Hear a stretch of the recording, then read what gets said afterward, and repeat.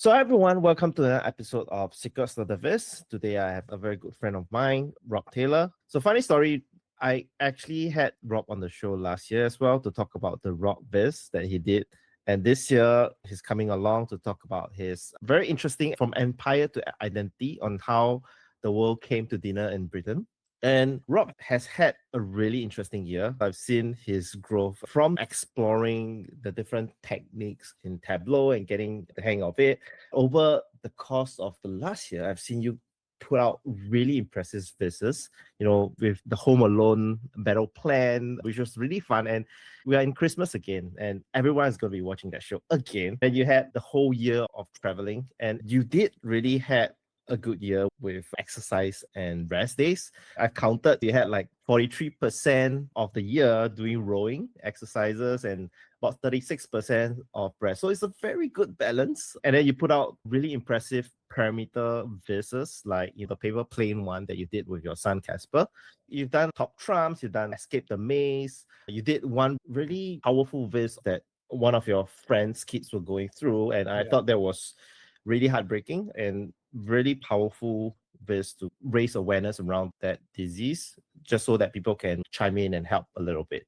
Today, we want to talk about your IronViz, which is also another amazing viz. So tell us a bit like how you have gone through this year with so many things going on. Yeah, thanks, Lewis. It's great to be chatting to you again. I can't believe it was this time last year. Obviously, we chat in between and stuff, but I really enjoyed doing that session with you last year, and I love IronViz. Last year was my second go at it, but I spent a lot of time on last year's one. But coming away from it, having seen what others had done and the skill levels and the things people could create, it opened my eyes that actually, if I want to really have a proper crack at it, I need to up my skill level.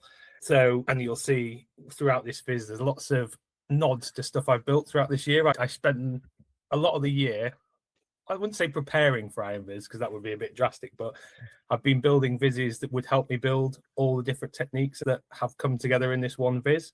And like you called out a few of them, I love using map layers. There's just so much you can do with them. You can pretty much build anything you want. And calling out the job syndrome, that's a short version of the disease she's going through.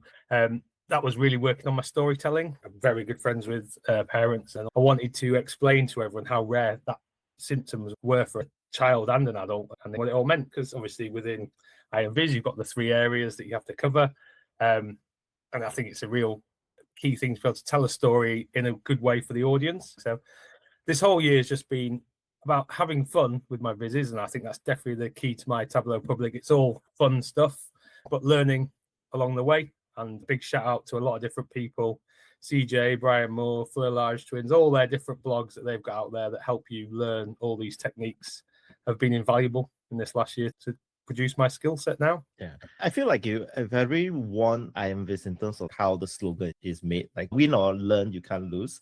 Because you have learned so much over the past year and you have poured everything. You say that it's not preparation for your IronViz, but everything leads to this point.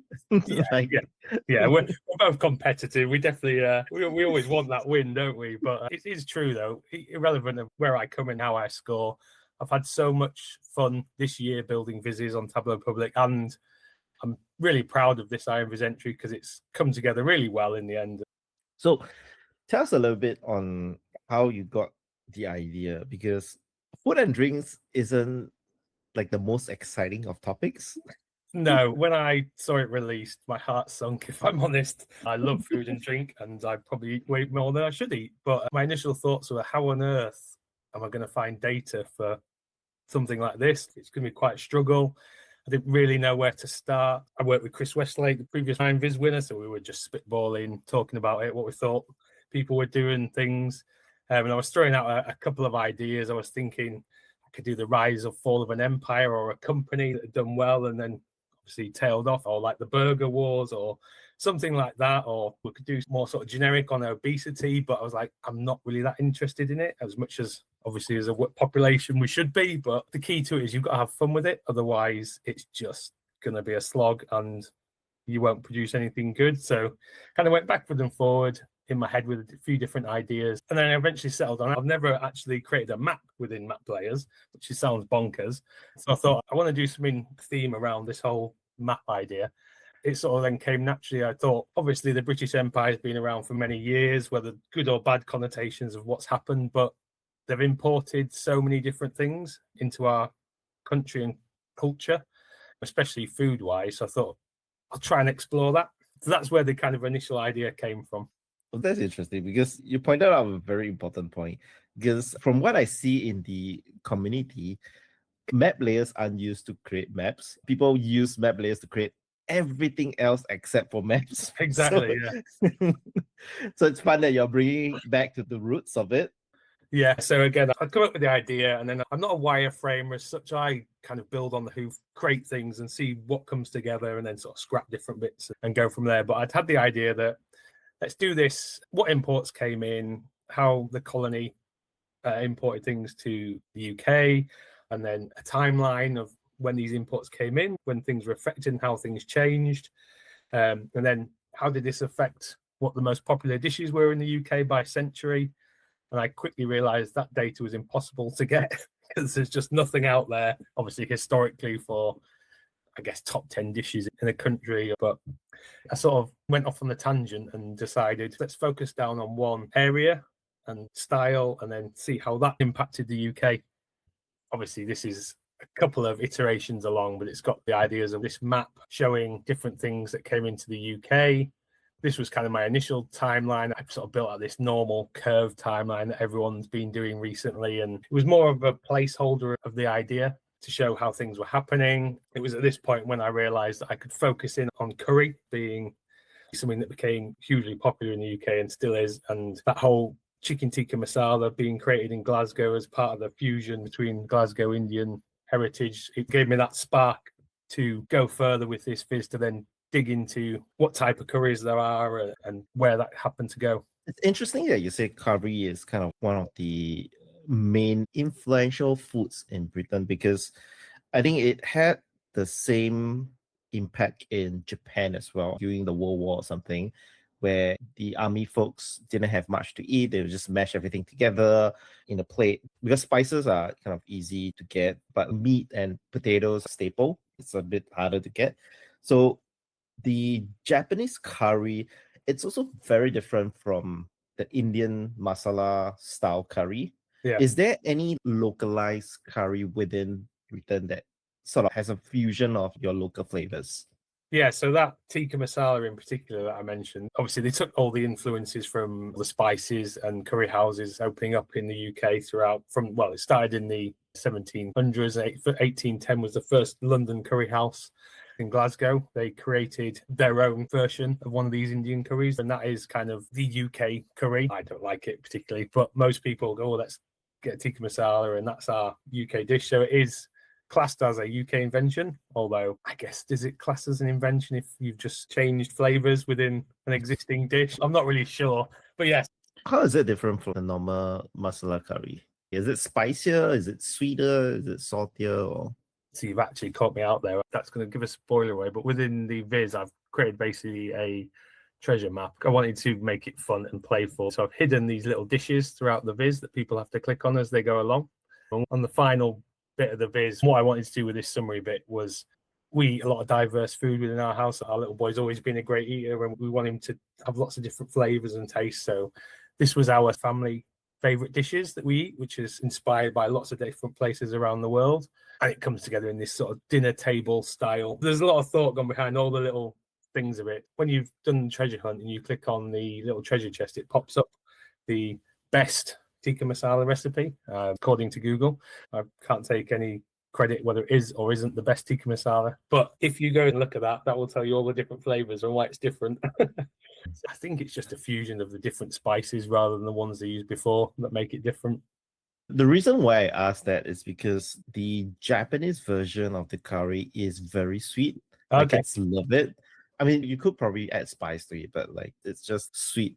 Yeah, there's quite a well, I feel like it might be pigeonholing, but within the UK, I feel there's quite a macho. When people go for curries, they have really spicy curries, and it has to be really hot and spicy. Whereas I'm the exact opposite. I'd rather have something not spicy, but really flavoursome and actually enjoy it. My wife is brilliant with it; she can have whatever. But no, I struggle with spice, so I'm on the lower end of the flavours of the spice scale of what I can handle. I do have to call out this little dinner table that you have. One interesting thing that you did was that you actually had the maps of the origin of the dishes just right at the side of each of the dishes, which I thought was really ingenious, just to add that additional layer of complexity and detail to it. The whole idea is it's almost like a pirate map style theme. I came across this image online, and this was the base of my color scheme and ideas and thoughts. I was like, oh, I want to really create an oldie style world map, almost like a pirate map, and go from there. So it flows all the way through from the very start. You follow the path right through to the end, and it summarizes up in this circular table. But I just felt it needed a little bit extra. Obviously, hovering over the dishes will tell you all about what they are. And a key bit I wanted to put in these bits was I wanted to make it personal as well. There's a little bit of information there about why we, or me as a person, likes these dishes. So that's why they made our top 8. But I also wanted to give a bit of information about the country they came from and how it affected these dishes and why it impacted them.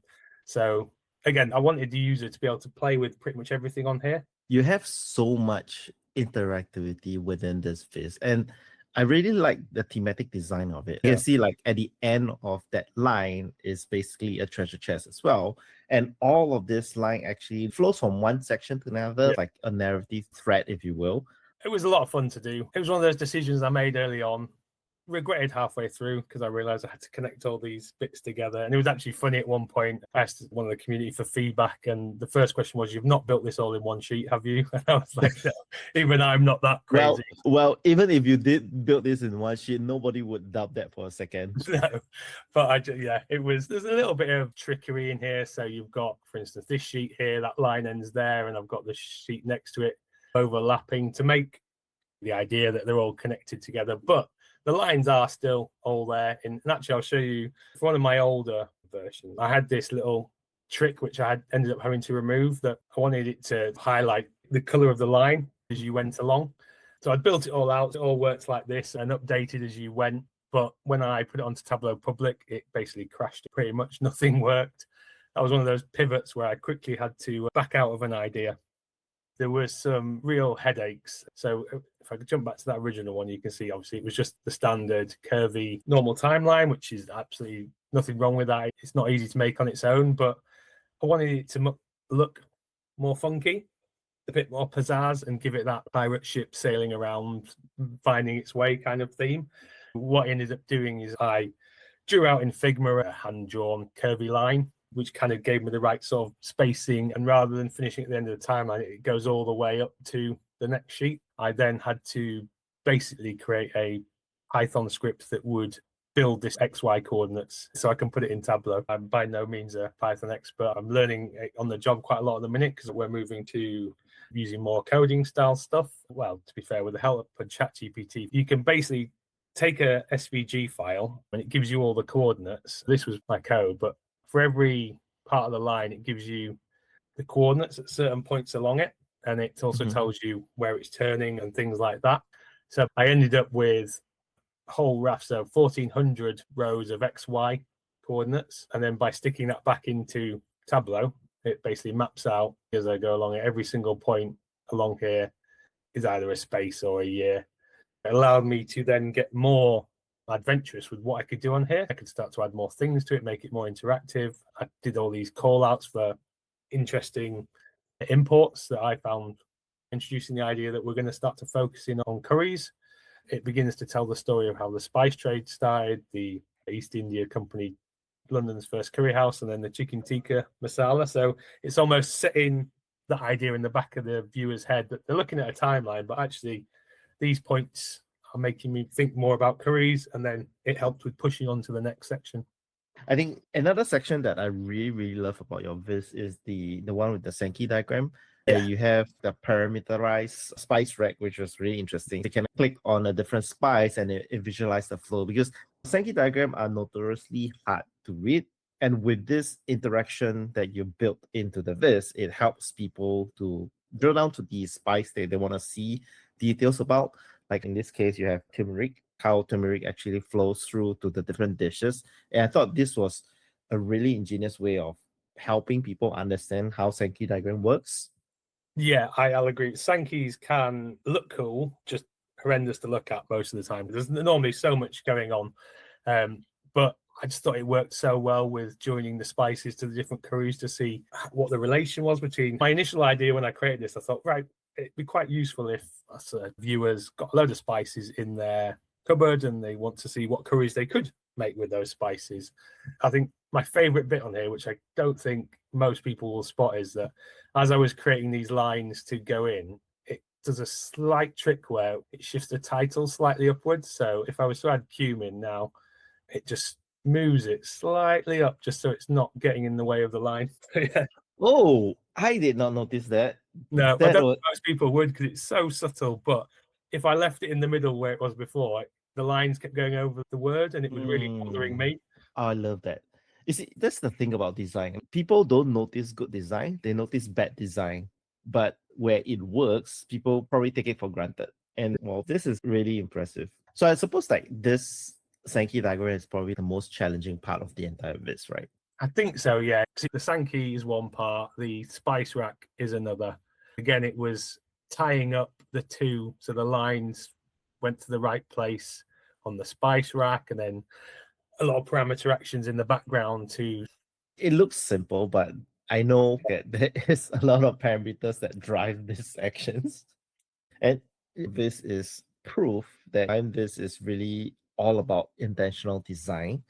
And we're putting so much care in every little aspect of the viz. You made this entire viz so fun for your users, and it's very evident about your journey in Tableau so far, because in the past year, you have also created a lot of fun vizes like Easter egg hunt.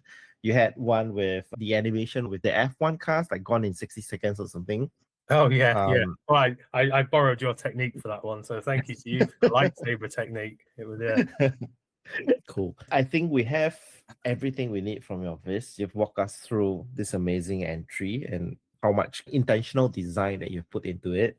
Thanks, Rob, again for spending time with us. I know everyone is really inspired by this viz that you've done. I wish you all the best for the finals. Thank you, everyone, for tuning in, and we'll see everyone at the next episode. Thank you. Thanks, Lewis.